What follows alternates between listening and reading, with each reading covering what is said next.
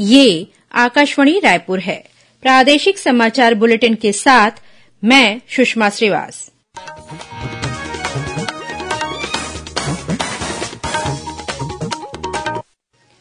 और अब पेश है आज के मुख्य समाचार। बिलासपुर में कांग्रेस नेता की दिनदहाड़े गोली मारकर हत्या, हमलावरों की तलाश में जुटी पुलिस। मनी लॉन्ड्रिंग मामले में ईडी द्वारा गिरफ्तार सौम्या चौरसिया को रायपुर की विशेष अदालत ने 19 दिसंबर तक न्यायिक रिमांड पर जेल भेजा। अंबिकापुर मेडिकल कॉलेज के अस्पताल में 4 नवजात शिशुओं की मौत के मामले में शिशु रोग विभाग के सीनियर रेसिडेंट निलंबित। और प्रदेश में उत्तर से आने वाली हवाओं के कारण मौसम में होगा बदलाव, ठंड बढ़ने के साथ ही न्यूनतम तापमान में आएगी गिरावट। अब समाचार विस्तार से। बिलासपुर में आज कांग्रेस नेता की अज्ञात हमलावरों ने गोली मारकर हत्या कर दी। बताया जाता है कि कांग्रेस नेता संजू त्रिपाठी 4 पहिया वाहन में सवार होकर कहीं जा रहे थे। इस दौरान शहर के सकरी बाईपास के पास हमलावरों ने उनकी कार रोकी और फायरिंग शुरू कर दी। गोलीबारी के बाद हमलावर मौके से फरार हो गए। इस घटना में कांग्रेस नेता की मौके पर ही मौत हो गई। सूचना मिलने पर पुलिस महानिरीक्षक और पुलिस अधीक्षक ने घटनास्थल का जायजा लिया और संबंधित पुलिस अधिकारी कर्मचारियों को जल्द आरोपियों को गिरफ्तार करने के निर्देश दिए। बताया जाता है कि संजू त्रिपाठी कांग्रेस के पूर्व जिला महामंत्री थे। इस बीच छत्तीसगढ़ विधानसभा के पूर्व नेता प्रतिपक्ष धरमलाल कौशिक ने दिन दहाड़े हुई कांग्रेस नेता की हत्या की निंदा की है। उन्होंने कहा है कि कांग्रेस गौरव दिवस मनाने जा रही है और उसके नेताओं की हत्या हो रही है। श्री कौशिक ने कहा कि दिन दहाड़े सरेआम हुई हत्या से राज्य में कानून व्यवस्था की हकीकत सामने आ गई है। उन्होंने कहा कि छत्तीसगढ़ में अपराधी बेखौफ हैं और जनता की कहीं सुनवाई नहीं हो रही है। छत्तीसगढ़ के खनिज विभाग से जुड़े मनी लॉन्ड्रिंग मामले में रायपुर की विशेष अदालत ने मुख्यमंत्री कार्यालय की उप सचिव सौम्या चौरसिया को न्यायिक रिमांड पर जेल भेजने का आदेश दिया है। उन्हें अब 19 दिसंबर को फिर से अदालत में पेश किया जाएगा। इससे पहले प्रवर्तन निदेशालय की रिमांड अवधि खत्म होने के बाद ईडी की टीम ने सौम्या चौरसिया को रायपुर की विशेष अदालत में पेश किया। गौरतलब है कि ईडी ने बीते 11 अक्टूबर को प्रदेश के कई अधिकारियों और कारोबारियों के ठिकानों पर छापा मारा था।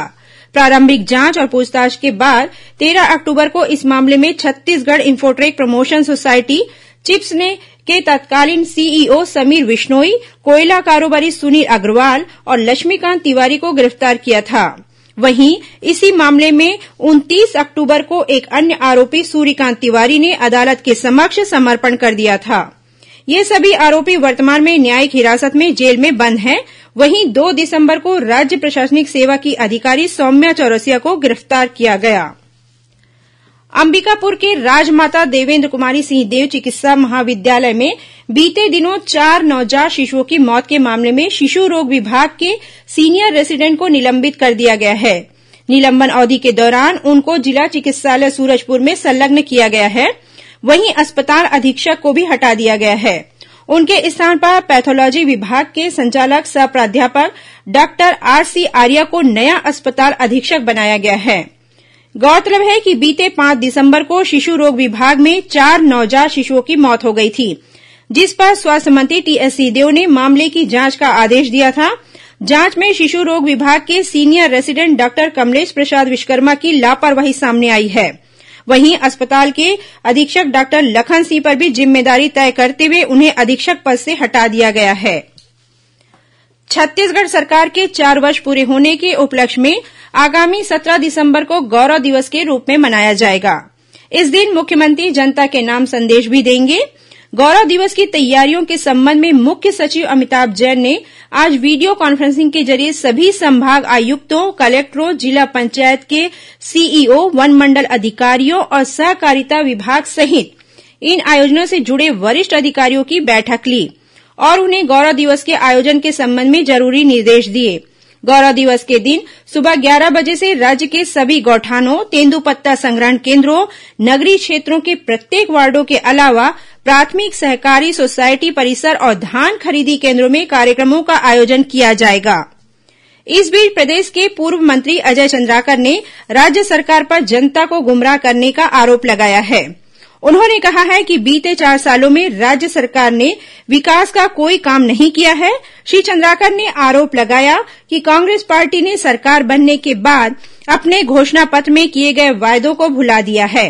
श्री चंद्राकर ने कहा है कि जिसे कांग्रेस गौरव दिवस बता रही है, यथार्थ में वह छत्तीसगढ़ के लिए काला दिवस है।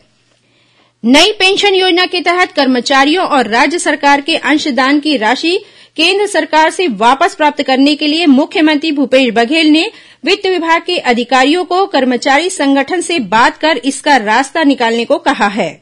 मुख्यमंत्री ने कहा कि हम पुरानी पेंशन योजना के लिए प्रतिबद्ध हैं।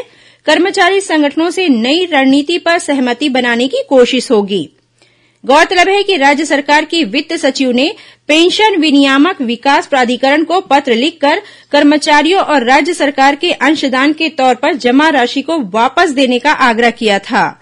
जवाब में पेंशन विनियामक विकास प्राधिकरण की ओर से कहा गया है कि यह रकम लौटाने का कोई कानूनी प्रावधान नहीं है, जिसके बाद मुख्यमंत्री भूपेश बघेल ने केंद्र सरकार को पत्र लिखकर यह रकम वापस मांगी थी। जवाब में बताया गया कि पीएफआरडीए अधिनियम और अन्य प्रासंगिक नियमों के तहत सरकार और कर्मचारियों के योगदान को वापस करने का कोई प्रावधान नहीं है। भेंट मुलाकात कार्यक्रम के दौरान मुख्यमंत्री भूपेश बघेल ने आज महासमुंद जिले के खल्लारी विधानसभा क्षेत्र का दौरा किया। इस मौके पर मुख्यमंत्री ने घुंचापाली के चंडी और खल्लारी मंदिर को पर्यटन स्थल के रूप में विकसित करने की घोषणा की। उन्होंने मरार कसी बहरा गांव में हाई स्कूल खोलने, मुनगासिर में जिला सहकारी केंद्रीय बैंक की शाखा, बाग बहरा के सामुदायिक स्वास्थ्य केंद्र का 100 बिस्तरों में उन्नयन करने के साथ ही अन्य कई घोषणाएं की। इसके अलावा मुख्यमंत्री ने ग्राम कोमाखान में शहीद वीर नारायण सिंह की प्रतिमा स्थापित की भी घोषणा की। प्रादेशिक समाचार आप आकाशवाणी रायपुर से सुन रहे हैं। छत्तीसगढ़ की खबरों से है आपका वास्ता और खबरों की विश्वसनीयता से है हमारा वास्ता। आकाशवाणी समाचार रायपुर के प्रादेशिक समाचार बुलेटिन के साथ ही हमारे समसामयिक कार्यक्रम आप रेडियो के अलावा अपने मोबाइल पर भी सुन सकते हैं। आकाशवाणी समाचार फेसबुक, ट्विटर और यूट्यूब पर भी उपलब्ध है। हमारा Facebook page Chhattisgarh news on AIR, Twitter handle CGAIR news और हमारा यूट्यूब चैनल है छत्तीसगढ़ AIR न्यूज। तो अब रेडियो के साथ ही आपके मोबाइल के जरिए भी हम पहुंच रहे हैं आप तक। छत्तीसगढ़ की हर खबर के लिए सुनते रहिए आकाशवाणी समाचार।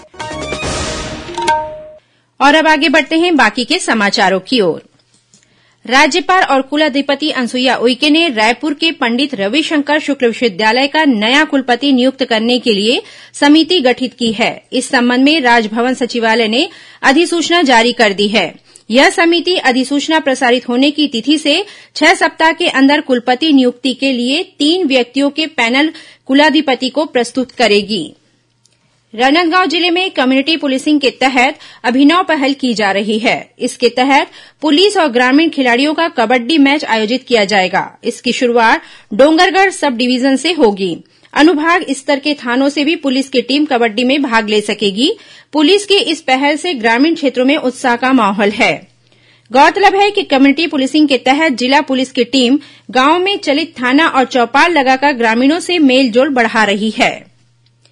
प्रदेश में बीते 24 घंटों के दौरान हुए अलग अलग हादसों में 4 लोगों की मौत हो गई, वहीं 2 लोग घायल हो गए। बिलासपुर जिले के कोटा थाना क्षेत्र में रेलवे ट्रैक पार कर रहे पिता पुत्र की ट्रेन की चपेट में आने से मौत हो गई। उधर कोंडागांव जिले के केशकाल थाना अंतर्गत सिंघनपुर गांव के पास ट्रक और दोपहिया वाहन के बीच हुई भिड़ंत में दोपहिया सवार पुत्र की मौत हो गई, जबकि पिता गंभीर रूप से घायल हो गया। घटना में ट्रक चालक को भी चोटें आई हैं। घायलों को उपचार के लिए केशकाल अस्पताल में भर्ती कराया गया है। इधर भिलाई स्टील प्लांट में कन्वेयर बेल्ट के रोलर की चपेट में आने से एक ठेका श्रमिक की मौत हो गई। हादसे के बाद बीएसपी प्रबंधन ने मृतक की पत्नी को अनुकंपा नियुक्ति पत्र सौंपा है। वहीं ठेकेदार ने मृतक के परिजनों को 2 लाख रुपए की मुआवजा राशि सौंपी है। और अब पेश है मौसम का हाल। प्रदेश में उत्तर से ठंडी और शुष्क हवाओं का आना शुरू हो रहा है, जिससे मौसम शुष्क रहने और न्यूनतम तापमान में गिरावट आने की संभावना है। मौसम विभाग से मिली जानकारी के अनुसार अगले 4 दिनों में प्रदेश के न्यूनतम तापमान में 4 से 5 डिग्री सेल्सियस तक गिरावट आने की संभावना है। वहीं बस्तर संभाग में 16 दिसंबर से तापमान में गिरावट आने के आसार हैं। अब कुछ खबरें संक्षेप में। देश के प्रथम उप प्रधानमंत्री और गृह मंत्री भारत रत्न सरदार वल्लभ भाई पटेल की कल पुण्यतिथि है। इस अवसर पर मुख्यमंत्री भूपेश बघेल ने उन्हें नमन करते हुए कहा है कि भारतीय स्वतंत्रता संग्राम के दौरान और उसके बाद देश निर्माण में सरदार पटेल की भूमिका हमेशा अविस्मरणीय रहेगी। आगामी 19 दिसंबर को प्रदेश कांग्रेस मुख्यालय राजीव भवन में प्रदेश कार्यकारिणी जिला शहर कांग्रेस कमेटी के अध्यक्ष, मोर्चा, संगठन और प्रकोष्ठ विभाग के प्रदेश अध्यक्षों की बैठक बुलाई गई है। बैठक में मुख्यमंत्री भूपेश बघेल, प्रदेश कांग्रेस अध्यक्ष मोहन मरकाम और अखिल भारतीय कांग्रेस कमेटी के सचिव डॉक्टर चंदन यादव उपस्थित रहेंगे। दक्षिण पूर्व मध्य रेलवे के लोरहा स्टेशन को तीसरी लाइन से जोड़ने के लिए 17 से 20 दिसंबर तक नॉन इंटरलॉकिंग का कार्य किया जाएगा। इस कार्य के दौरान किसी भी यात्री ट्रेन को न ही रद्द किया जाएगा, न ही किसी ट्रेन का मार्ग बदला जाएगा। भारतीय क्रिकेट टीम के भूतपूर्व खिलाड़ी कपिल देव एक निजी स्कूल के कार्यक्रम में शामिल होने रायपुर पहुंचे। सुकमा जिले में 1 लाख रुपए के इनामी माओवादी ने सुरक्षा बलों के समक्ष आत्मसमर्पण किया है। सुरक्षा बलों द्वारा चलाए जा रहे घर वापसी अभियान से प्रभावित होकर दरभा डिवीजन में सक्रिय इस माओवादी ने आत्मसमर्पण किया। सरगुजा जिले में राजीव गांधी शिक्षा मिशन के तहत प्राथमिक और माध्यमिक शाला भवनों में विद्युतीकरण के कार्यों में हुई करोड़ों रुपए की अनियमितता के मामले में न्यायालय ने सहायक अभियंता सहित कई लोगों के खिलाफ अपराध पंजीबद्ध किए जाने का निर्देश दिया है। और कोरबा जिले के कटघोरा वनमंडल के पाली रेंज में एक मादा भालू का संदिग्ध परिस्थितियों में शव बरामद किया गया है। अंत में मुख्य समाचार एक बार फिर। बिलासपुर में कांग्रेस नेता की दिनदहाड़े गोली मारकर हत्या, हमलावरों की तलाश में जुटी पुलिस। मनी लॉन्ड्रिंग मामले में ईडी द्वारा गिरफ्तार सौम्या चौरसिया को रायपुर की विशेष अदालत ने 19 दिसंबर तक न्यायिक रिमांड पर जेल भेजा।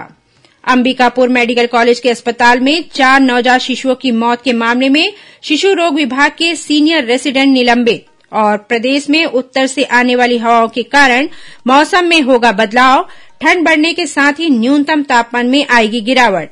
इसी के साथ प्रादेशिक समाचार बुलेटिन समाप्त हुआ। नमस्कार।